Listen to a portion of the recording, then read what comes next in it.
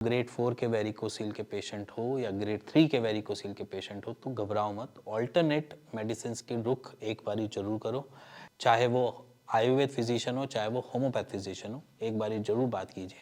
नमस्कार, मेरा नाम हिमांशु देवन और आज बेसिकली मैं आपको एक ग्रेडिंग के साथ रिकवरी के साथ आपके सामने बैठा हूँ। ये आपके सामने जो रिपोर्ट है वो बिफोर आफ्टर, जो पहले रिपोर्ट आई हुई है उसमें आप देखो कि लेफ्ट साइड ग्रेड 4 आया है और राइट साइड ग्रेड 3 का वेरिकोसेल दिखाया हुआ है।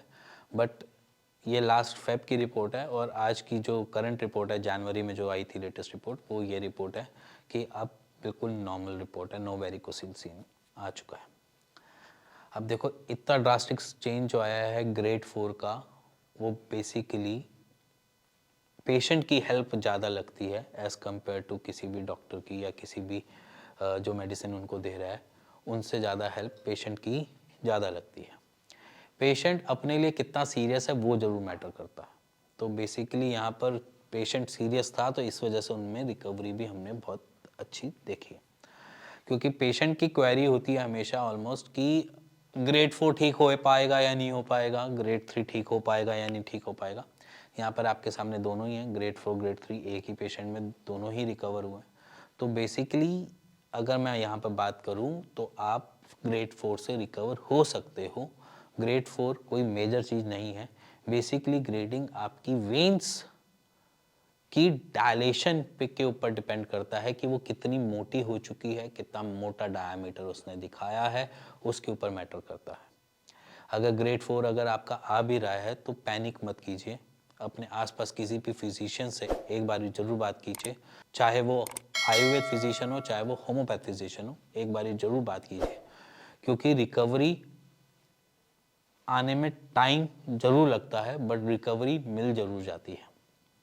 तो सिंपली मैं आपको यही समझाना चाह रहा हूँ कि अगर आप ग्रेड 4 के वेरिकोसील के पेशेंट हो या ग्रेड 3 के वेरिकोसील के पेशेंट हो तो घबराओ मत। ऑल्टरनेट मेडिसिन के रुख एक बारी जरूर करो।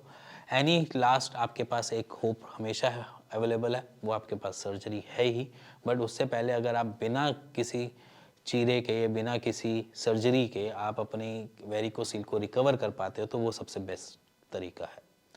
तो यहाँ पर आपकी एक्सरसाइज रिक्वायरमेंट होती है, आपकी डाइट रिक्वायरमेंट होती है और आपकी मेडिसिन जरूर रिक्वायरमेंट होती है। ये तीनों चीज़ें मिलकर आपको रिकवरी पे ले जा सकती है। ये ऐसा नहीं है कि बहुत मुश्किल है, टाइम टेकिंग ज़रूर है, थोड़ा सा फॉलो आपको ज़रूर करना पड़ेगा, बट ये पॉसिबल है। तो पॉसिबल वाली चीज़ आपके सामने रखी है, इसलिए मैंने बिफोर आफ्टर से ही स्टार्ट किया अपनी आज का टॉपिक। तो जो लोग ये सोचते हैं ग्रेड 4 रिकवर होता भी है नहीं होता, तो ये उनके लिए जो कि ग्रेड 4 रिकवर होता है, टाइम टेकिंग हो सकता है बट रिकवर ज़रूर होता है।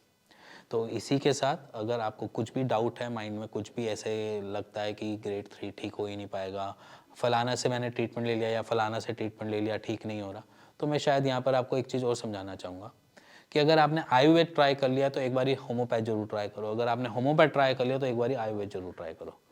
क्योंकि हम भी अगर पेशेंट्स में देखते हैं तो पेशेंट अगर कोई आयुर्वेद ट्रीटमेंट लेकर भी आ रहा होता है या फिर वो होम्योपैथ ट्रीटमेंट भी लेकर आ रहा होता है, हमने जब इंटरचेंजेस करे हैं तो हमने वहाँ पर रिकवरी बहुत अच्छी देखी है।